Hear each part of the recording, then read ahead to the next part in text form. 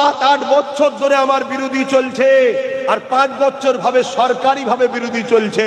পশ্চিম বাংলা সরকার তার প্রশাসন দিয়ে, তার লাঠিয়াল বাহিনী দিয়ে, তার গুন্ডা দিয়ে আমার হাজার হাজার জলসাকে কেটেছে। আব্বাস সিদ্দিকীকে দমাতে পারেনি, কিয়ামত পর্যন্ত পারবে না। কেন? ওই মোস্তফার গোলাম। তোরা মরণের জন্য বাঁচতে চাস, আর আমরা মরার জন্য তামান্না করি। কেন? মরার পরেই কবরে মুহাম্মদ রাসূলের দিদার হবে। জোরে বলুন সুবহানাল্লাহ, আরো জোরে বলুন সুবহানাল্লাহ। হককে হক বলতে হবে, জিন্দাবাদ। হককে হক বলতে হবে, নাইকে নাই বলতে হবে। কেন্দ্র সরকার আইন করলো, আন্দোলন করব তার বিরুদ্ধে, তুমি নাক গলাচ্ছ কেন? তোমার তো বিরুদ্ধে আন্দোলনটা নয়, রাজ্য সরকার নাক গলিয়ে দিয়েছে। আর নাক গলিয়ে দিয়ে নাক কেটেও গেল।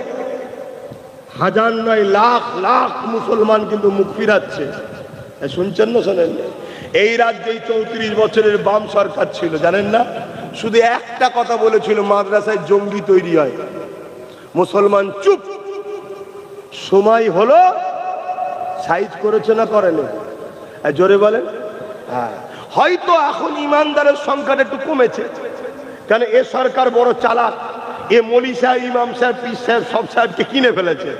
কিন্তু সব সাহেব কিনতে পারলো? আল্লাহ নবী বলেছে আলিমের ঘরে জালেম তৈরি হবে, কিন্তু জালেমের ঘরে আলেম হবে, এটাও বলেছে। সাধারণ মুসলমান কিন্তু বুক থেকে কিন্তু জ্বালা মিটাতে পারছে না। যে আমরা লড়াই করব কেন্দ্র সরকারের বিরুদ্ধে, সে আইন তৈরি করেছে। তোমার উচিত কৃষকদের পাশে যেমন পাঞ্জাব সরকার দাঁড়িয়েছিল, তোমার উচিত আমাদের পাশে দাঁড়ানো। তা না করে তুমি বলছো মসজিদ নিয়ে, কবরস্থান নিয়ে, ঈদগাহ নিয়ে, খানকা নিয়ে যারা বাংলায় আন্দোলন করবে তাদের সব থেকে বড় দুশ্মন হবো আমি। তুমি এমন কি লাটসাপ হয়ে গেছো, আমরা যদি তোমার দুশ্মন হই না তাহলে বলি থাকবে না। আর তুমি আমার দুশ্মন বা আমাদের দুশ্মন হয়ে কিছু যায়ও আসে না। একবার মুসলমান ঘুরে গিয়েছিল বামপন্থ থেকে, বুদ্ধদেবের কি হাল হয়েছে জানো তো? শুনছেন না? শোনেন না? তুমি বেশি লাফালাফি করো না, ওই হাল হয়ে যাবে। যদি মনে হয় যেটা স্লিপ হয়ে গেছে, রাগের মাথায় হয়ে গেছে, এত রাগ কেন আমাদের উপরে? আমার মসজিদ, আমার মাদ্রাসা, আমার কবরস্থানে এত অ্যালার্জি কেন? আমি জানি তুমি মন্দিরের পক্ষে, আমি জানি তোমার হওয়াটা স্বাভাবিক। কেন? তুমি মন্দির ধর্মের লোক। ওটালি আমার হিংসাও নাই, যার ধর্ম তার কাছে প্রিয় হবে। কিন্তু তুমি যে চেয়ারে বসে আছো, অন্যের ধর্মের উপরে তোমার শ্রদ্ধা থাকা দরকার আছে না? না, যেমন আমি মসজিদের দলের লোক, কিন্তু কখনো যদি আমি প্রধানমন্ত্রী বা মুখ্যমন্ত্রী হই, আমি হব না, নাউজুবিল্লাহ, ওদিকে আমার যাওয়ার ইচ্ছা নেই। বুঝাতে চাইছি, আমাকে তো উচিত ধর্ম নিরপেক্ষ দেশে বাকি ধর্মগুলোর উপরে হিংসা না রাখা। ঠিক না বেঠিক? আমি জানি তুমি দীঘাতে তৈরি করেছো 300 কোটি টাকা খরচ করে। আমি আব্বাস সিদ্দিকী একটা দাবি করেছি, আপনারা কি আমার সঙ্গে একমত? কি দেখেন, হতে পারেন কি দেখেন? যদি হিন্দু ভাইদের তুমি 300 কোটি টাকা খরচ করে দিতে পারো, শিখ আছে, পাঞ্জাবি আছে, মতুয়া আছে, আদিবাসী আছে, দলিত আছে, তাদেরও ধর্মস্থান দীঘাতে করতে হবে।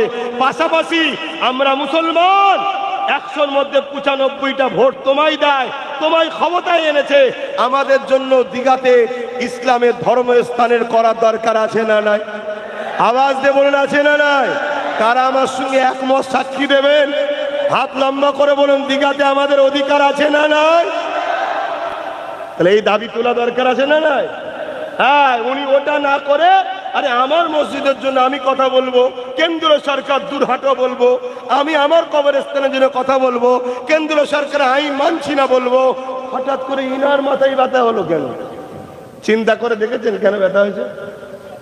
সময় তো নেই, আমি একটা পয়েন্ট বলবো। একটা, কার কার শোনার ইচ্ছা আছে একটু হাত তোলে। শোনার ইচ্ছা? আপনার কেন্দ্র সরকার ওয়াকফ কালা কানুনের মধ্যে এত ভয়ানক ভয়ানক আইন করেছে, শুনলে অবাক হয়ে যাবেন। আজকে সময় নেই, তার মধ্যে একটা শুধু বলছি। এতদিন আইন ছিল, কেউ যদি কারো জায়গায় 12 বছর দখল করে থাকে, সেটা যদি ধর্মীয় জায়গা না হয়, তাহলে সেই জায়গার ওপরে সে সত্তার মালিক হয়ে যাবে, জানেন তো নাকি? কিন্তু ধর্মস্থানে 12 × 24 বছর থাকলেও মালিক হতে পারবে না। কেন্দ্র সরকার আইন করছে, কেউ যদি